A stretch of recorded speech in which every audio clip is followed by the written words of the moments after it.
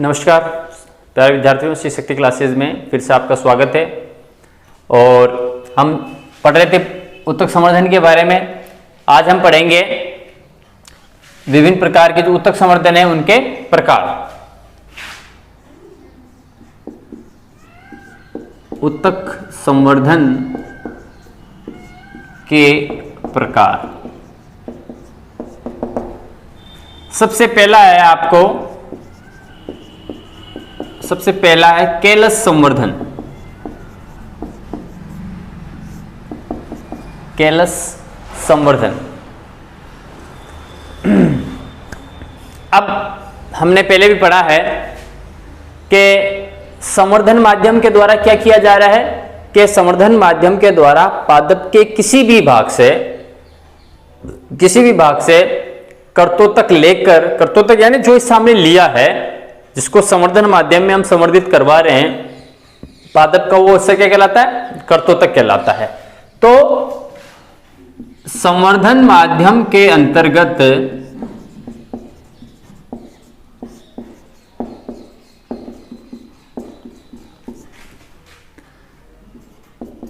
पादप के किसी भी भाग से कर्तोतक लेकर संवर्धन कराया जा सकता है। ये चीज हमने पहले पढ़ी है कि भाई कोई भी हिस्सा लिया, चाहे पत्ती से लिया, चाहे मूल से हमने कर्तोतक का चयन किया, है ना, चाहे आपके प्रो है वहां से हमने कर्तोतक लिया, कहीं से भी हम कर्तोतक लेकर उसका संवर्धन माध्यम में उसका यदि संवर्धन करवाएंगे तो उससे एक पादप का विकास हो सकता है। अब यहां पर कैलस, पहला प्रकार हम पढ़ रहे हैं कैलस। और कैलस में क्या है, हमने पहले भी पढ़ा था कि कैलस को किर्ण संवर्धन भी कहते हैं। एक नाम और आया था कैलस या किर्ण संवर्धन भी कहते हैं। तो कैलस संवर्धन में क्या होता है कि इसके अंतर्गत कोशिकाओं का असंगठित समूह होता है। कर्तोतक लेते हैं तो उस कर्तोतक जो भी सामने लिया है उसमें कोशिकाओं का असंगठित समूह क्या कहलाता है? किर्ण या कैलस कहलाता है। किसी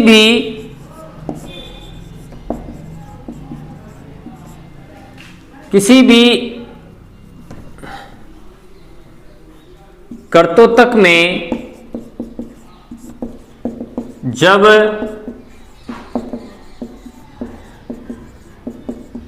कोशिकाओं का असंगठित रूप से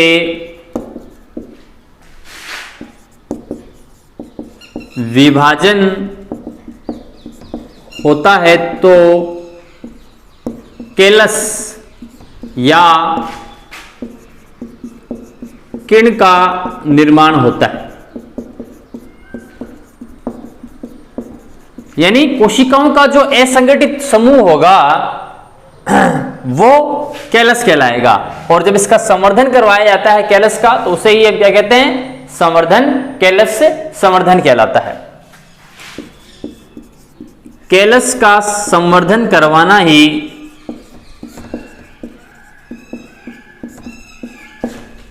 कैलस संवर्धन कहलाता है। अब जो कैलस संवर्धन हो रहा है उसमें एक तो पादप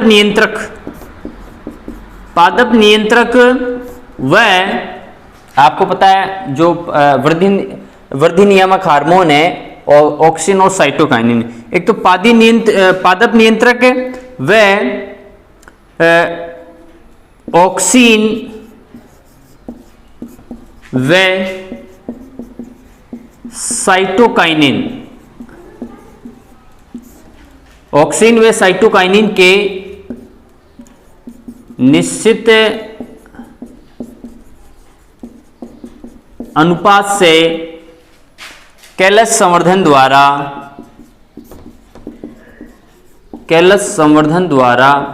क्या क्या विकसित किए जाते हैं? जेड प्रो भ्रूणाभ एवं पादपक विकसित किए जाते हैं। किसके द्वारा? कैलस संवर्धन के द्वारा। तो कैलस संवर्धन जब हम करते हैं उसके अंतर्गत एक तो हम ऑक्सिन और साइटोकाइनिन, ये क्या है?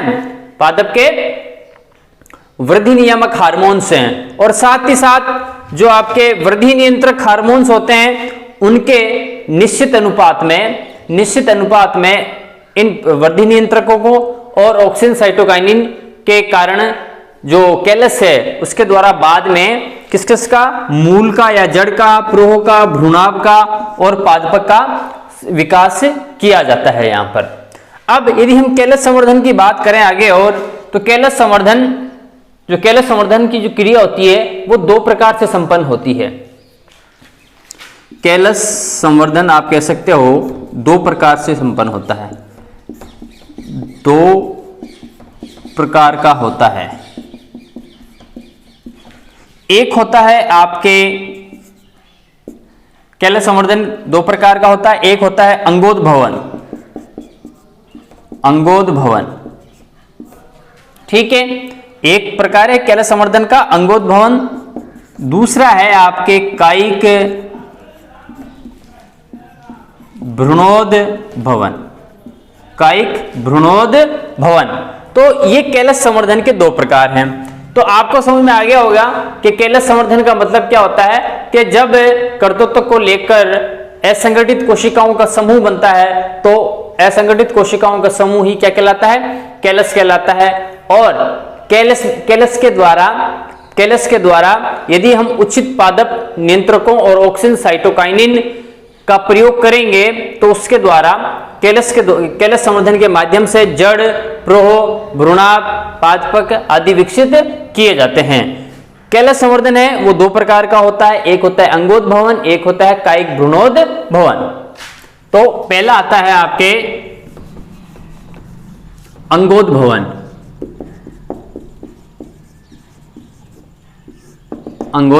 कैलस संवर्धन का पहला जो विधि है हम पढ़ रहे हैं वो अंगोद्भवन। क्या होता है? कैलस में विभेदन प्रक्रिया द्वारा जो कैलस की जो कोशिका है, कैलस में विभेदन प्रक्रिया द्वारा जब जड़, प्रोह, कलिका आदि का विकास करना क्या कहलाता है? अंगोद्भवन या अंगजनन भवन कहलाता है। यानी कैलस में आगे और जब विभेदन होगा तो उससे क्या होगा? जड़, प्रोह या कलिका का क्या होता है? पादप के जो पादप अंग हैं, ये क्या है? सारे पादप अंग हैं। तो पादप अंग कौन कौन से? यदि जड़ बने या प्रोह बने या कलिका बने, कब? कैलस के विभेदन से, तो उसे हम क्या कहते हैं? अंगोद्भवन या अंगजनन भवन कहते हैं। अब इसमें देखो जड़ भी बन रही है और क्या है? प्रोह भी बन रहा है इसके अंदर। तो यदि इस प्रक्रिया द्वारा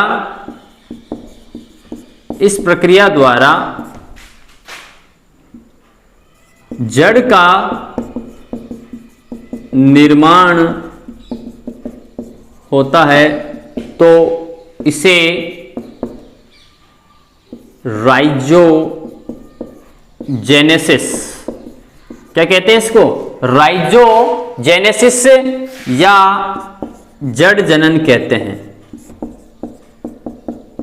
यदि कैलस में विभेदन की प्रक्रिया के द्वारा सिर्फ किसका निर्माण होता है? जड़ का निर्माण होता है, मूल का निर्माण होता है, तो उस समय इस पूरी प्रक्रिया को हम राइजोजेनेसिस या जड़ जनन कहते हैं। और यदि प्रोह का निर्माण हो, प्रोह का निर्माण हो तो इसे प्रोहजनन कहते हैं। यदि जड़ का निर्माण हो गया तो इसे राइजोजेनेसिस या जड़ जनन कहेंगे, और यदि प्रोह का निर्माण हो गया तो इसे प्रोहजनन कहते हैं। अब ये तो हमने देख लिया कि भाई या तो जड़ का निर्माण हो रहा है या प्रोह का निर्माण हो रहा है, ठीक है। लेकिन अब ये हो कैसे रहा है, क्या कारण है कि जड़ का ही निर्माण हो रहा है, राइजोजेनेसिस की प्रक्रिया हो रही है, और क्या कारण है कि भाई प्रोहजनन का निर्माण ही हो रहा है। तो ये निर्भर करता है, तो जड़ जनन या प्रोहजनन, जड़ जनन या प्रोहजनन एक तो कर्तोतक की प्रकृति पर, कर्तोतक की प्रकृति, संवर्धन माध्यम की अवस्था, रासायनिक संगठन व ऑक्सिन साइटोकाइनिन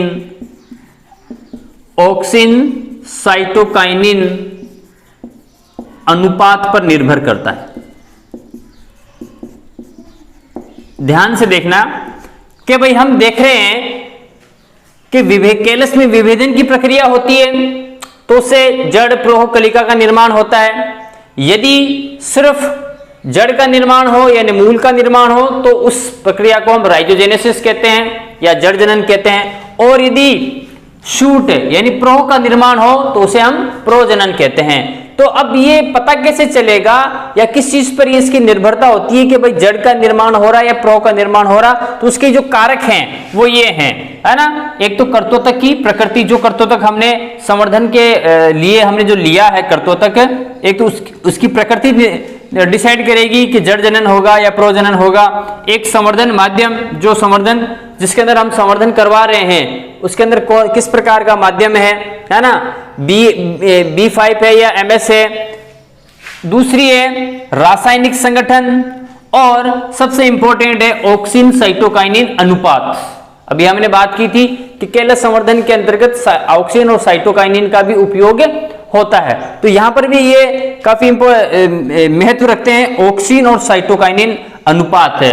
अब देखो कैसे कि यदि ऑक्सिन व साइटोकाइनिन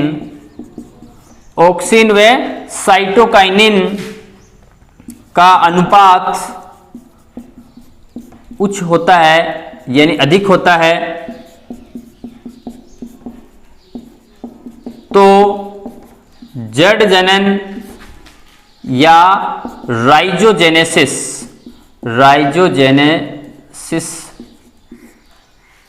की प्रक्रिया होती है।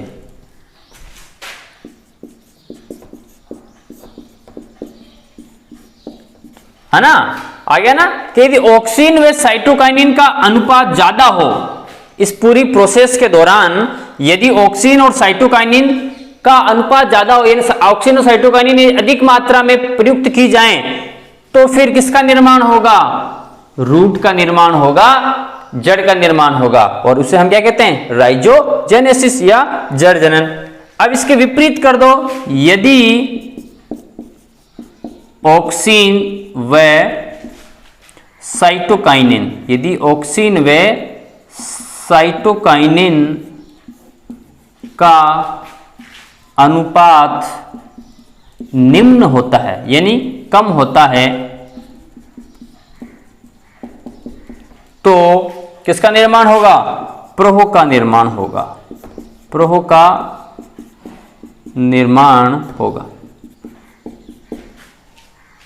तो ये किस पर डिपेंड हो गया, राइजोजेनेसिस की प्रक्रिया या प्रोजेनेसिस की जो प्रक्रिया है वो ऑक्सिन और साइटोकाइनिन के अनुपात पर निर्भर हो गया कि यदि ऑक्सिन और साइटोकाइनिन का अनुपात ज्यादा है, ठीक है, अनुपात अधिक है, तो फिर राइजोजेनेसिस यानी जड़ जनन, या आप कह सकते हो मूल का निर्माण होगा, जड़ का निर्माण होगा। और यदि ऑक्सिन साइटोकाइनिन का अनुपात कम है ना, ऑक्सिन साइटोकाइनिन का अनुपात कम है, निम्न है, तो फिर प्रोह का निर्माण होता है। तो रासायनिक संगठन, ऑक्सिन साइटोकाइनिन का अनुपात, कर्तोतक की प्रकृति, संवर्धन माध्यम, ये सारे के सारे जो फैक्टर्स हैं जो कि ये डिसाइड करेंगे कि राइजोजेनेसिस की प्रक्रिया होगी या प्रोजेनेसिस की प्रक्रिया होती है। दूसरा है आपके कायिक भ्रूणोद्भवन। कायिक भ्रूणोद्भवन, हमने पहला अंगोद्भवन देख लिया है। अब दूसरा जो कैलस संवर्धन का जो दूसरा जो प्रकार है या विधि है वो है आपके कायिक भ्रूणोद्भवन। तो जब सीधी सी इसमें जब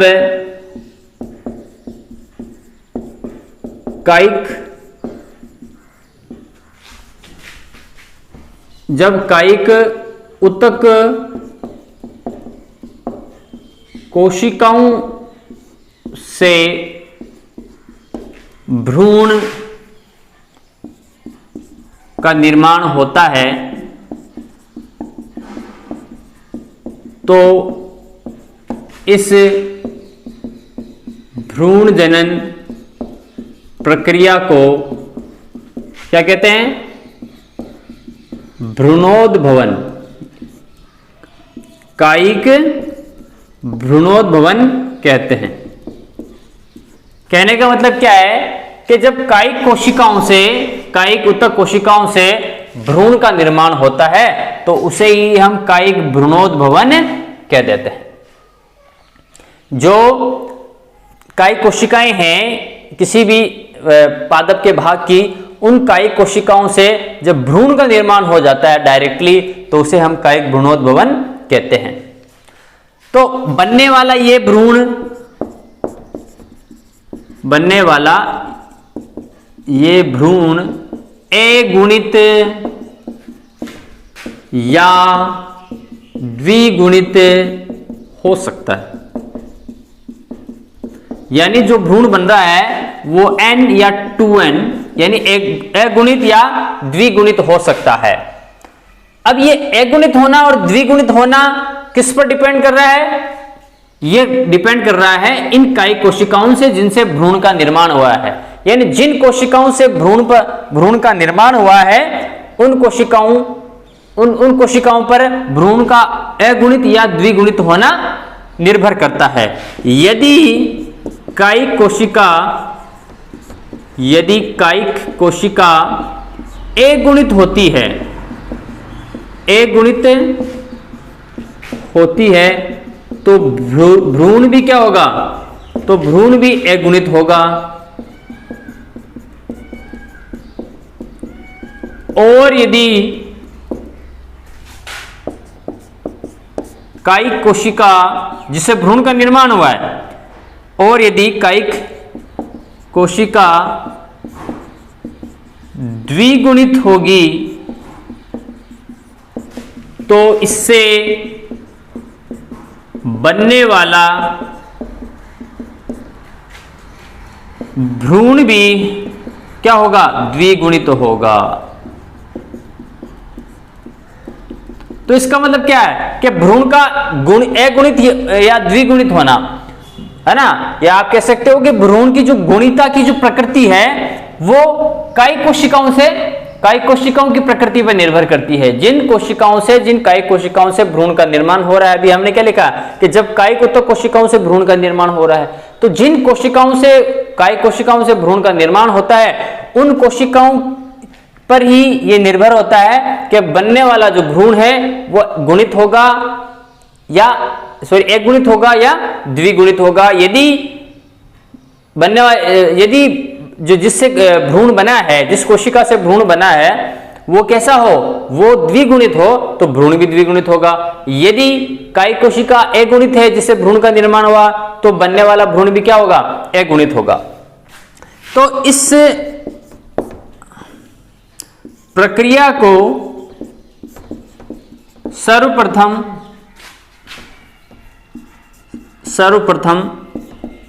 रेनॉल्ट व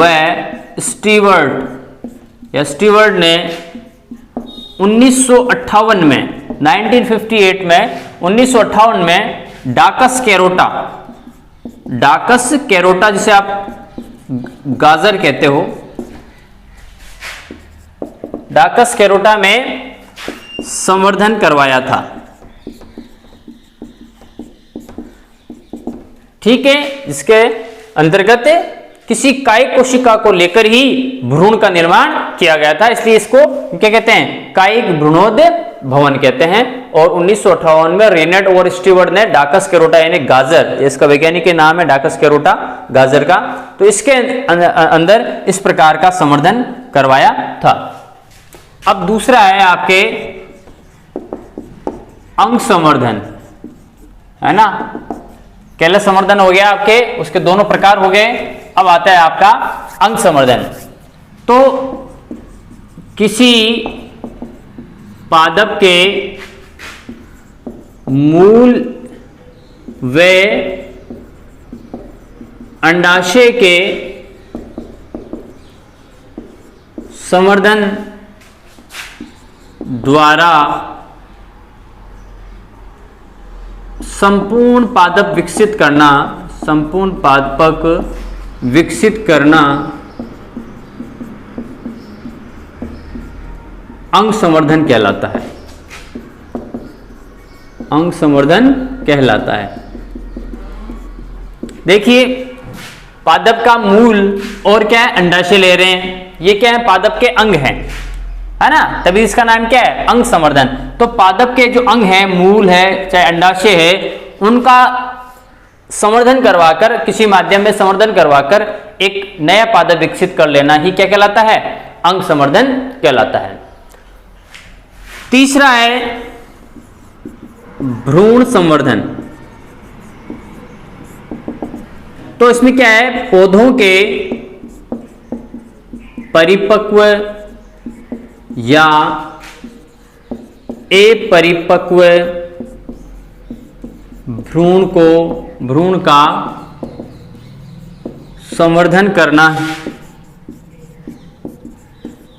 भ्रूण संवर्धन कहलाता है।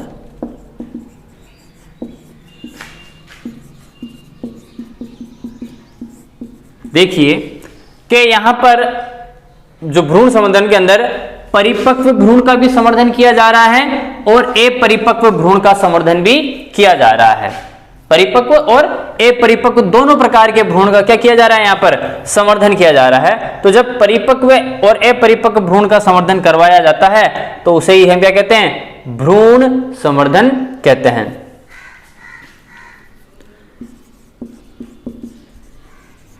अपरिपक्व भ्रूण का संवर्धन करवाकर उसे परिपक्व भ्रूण में परिवर्तित किया जाता है।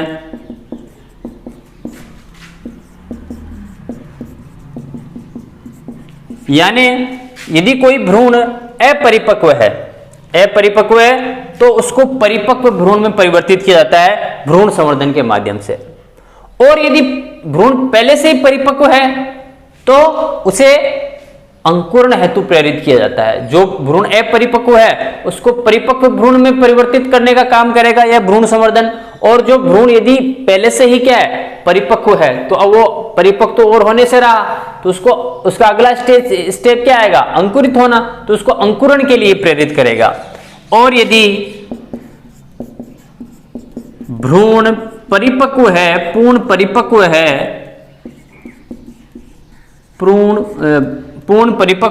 है तो उसे अंकुरण व वृद्धि हेतु प्रेरित करता है। तो अब यहां पर देखो, जो अपरिपक्व भ्रूण है उसको परिपक्व किया जा रहा है, तो इसलिए इस भ्रूण संवर्धन को भ्रूण बचाओ क्या कहते हैं, भ्रूण बचाओ नीति भी कह सकते हैं आप, है ना। क्यों? क्योंकि इस भ्रूण संवर्धन के द्वारा यदि कोई भ्रूण अपरिपक्व रह रहा है तो उसको परिपक्व किया जा सकता है। किन्हीं कारणों से जो कोई भी भ्रूण है, मान लीजिए वो परिपक्व नहीं हो रहा है, प्राकृतिक रूप से परिपक्व नहीं हो रहा, तो इस प्रकार के भ्रूण को परिपक्व करने का काम इस संवर्धन के द्वारा किया जा सकता है। इसलिए इस भ्रूण संवर्धन को भ्रूण बचाव भी कहा जाता है। चूंकि इस संवर्धन द्वारा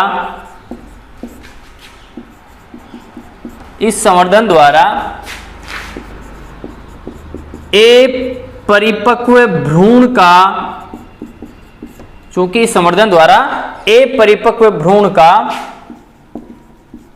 संवर्धन कराया जाता है, अतः इसे भ्रूण बचाव संवर्धन भी कह सकते हैं। भ्रूण बचाव संवर्धन भी कह सकते हैं। इसके द्वारा एक परिपक्व भ्रूण है उनको परिपक्व बनाया जाता है। अगला है आपके परागकोश तथा परागकण संवर्धन। परागकोश तथा परागकण संवर्धन, इसमें क्या है कि अर्धसूत्री विभाजन के अध्ययन के लिए एक जापानी वैज्ञानिक हुए थे। जापानी वैज्ञानिक शिमाकुरे ने 1943 में, है ना, 1943 में परागकोश तथा परागकण का पात्र संवर्धन किया था।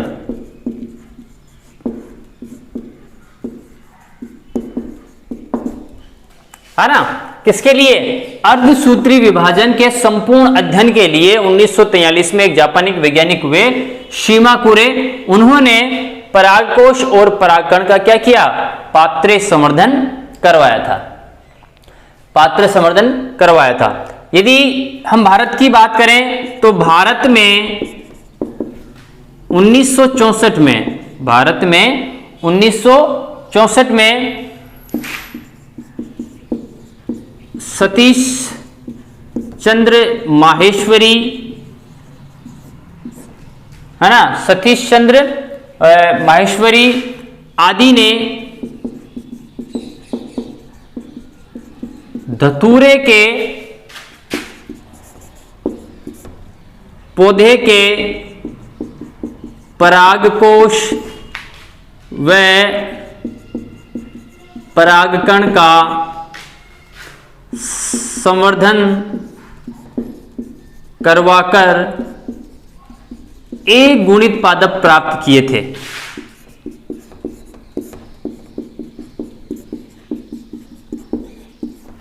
है ना, धतूरे का एक गुणित सतीश चंद्र माहेश्वरी आदि ने क्या किया? 1964 में आपके परागकोश और परागकण का ये पात्र संवर्धन करवाया और उससे क्या प्राप्त किए? एक गुणित पादप प्राप्त किए थे। तो इस एक गुणित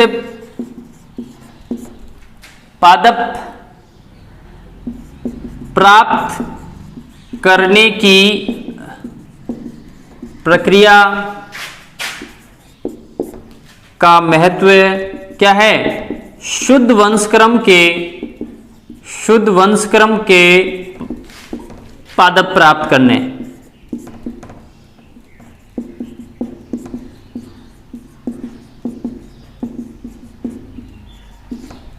ठीक है, यानी अगुणित पादपों को प्राप्त करने के लिए परागकोश और परागकण संवर्धन करवाया जाता है।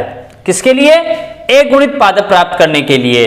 और सबसे पहले तो 1943 में जो जापानी वैज्ञानिक वे शिमाकुरे, उन्होंने ये जो परागकोश परागकण संवर्धन है इसके बारे में बताया। उसके बाद में 1964 में सतीश चंद्र माहेश्वरी, एक नाम और है शिप्रा गुहा मुखर्जी, शिप्रा गुहा मुखर्जी, ये भी इनके साथ ही थे सतीश चंद्र माहेश्वरी के।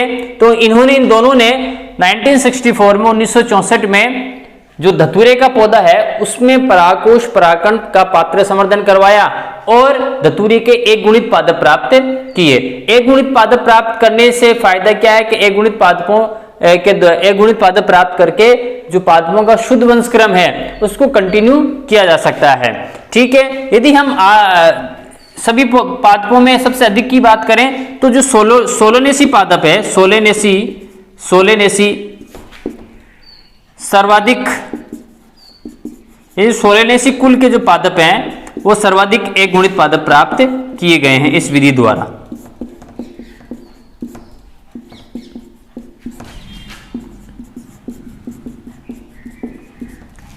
ठीक है, तो ये है आपके परागकोश और परागकण संवर्धन। अब है जीवद्रव्यक संवर्धन, जीवद्रव्यक संवर्धन अगला है आपका जीवद्रव्यक के प्रोटोप्लास्ट आपका कल्चर संवर्धन। इसमें क्या है, देखो जीवद्रव्यक संवर्धन हमने पहले भी पढ़ा था। जीवद्रव्यक संवर्धन के जो कर्तोतकों को हमने चयन किया है, तो चयनित कर्तोतकों को सेल्यूलोज, हेमी सेल्यूलोज, चयनित कर्तोतकों को सेल्यूलोज, हेमीसेल्यूलोज और पेक्टिनेज एंजाइमों की सहायता से भित्ति रहित करना, भित्ति रहित करना क्या कहलाता है? भित्ति रहित करना जीवद्रव्यक कहलाता है। यानी जब हम किसी कर्तोतक को भित्ति रहित कर देते हैं तो जीवद्रव्यक की यदि परिभाषा देखिए, हमने पहले भी देखा है जीवद्रव्यक क्या है, प्रोटोप्लास्ट के भित्ति रहित पादप कोशिका का भित्ति रहित होना जीव द्रव्यक कहलाता है। यानी तो जो कर्तोतक हमने लिया है उसको सेल्यूलोज, हेमीसेल्यूलोज, पेक्टिनेज एंजाइमों में यदि हमने डुबो देंगे तो उसकी क्या भित्ति है वो क्या हो जाएगी, वहां से हट जाएगी। भित्ति हटने के कारण अब वो क्या कहलाएगा, जीव द्रव्यक कहलाएगा, क्योंकि इसकी कर्तोतक की जो कोशिका भित्ति है वो वहां से हट चुकी है। अब ये जो भित्ति रहित, अब भित्ति रहित जीव द्रव्यकों का संवर्धन कराया जाता है। ठीक है, इनके संवर्धन द्वारा पादपों का विकास अंगजनन या कायिक भ्रूण जनन द्वारा होता है। तो इसे हम क्या कहते हैं, जीवद्रव्यक संवर्धन। यानी जब किसी कर्तोतक को पेक्टिनेज एंजाइम है, हेमीसेल्यूलोज है या सेल्यूलोज एंजाइम है, इनकी सहायता से जब इसकी भित्ति को हटा देते हैं, कोशिका भित्ति को हटा देते हैं उसकी कर्तोतक की, तो अब कोशिका भित्ति रहित वो कर्तोतक क्या कहलाएगा, जीवद्रव्य कहलाएगा। और इस जीवद्रव्य को प्रोटोप्लास्ट कहलाएगा। और इस जीवद्रव्य को जब संवर्धन करवाया जाता है तो फिर पादप का निर्माण होता है, यानी प्लांट का निर्माण, एक्स प्लांट का निर्माण होता है। और ये जो संवर्धन पादप का निर्माण होगा वो अंग जनन या कायिक भ्रूण जनन की प्रक्रिया के द्वारा संपूर्ण होता है। तो आज के लिए फिलहाल इतना ही, कल फिर इसके आगे हम देखेंगे। तब तक के लिए धन्यवाद।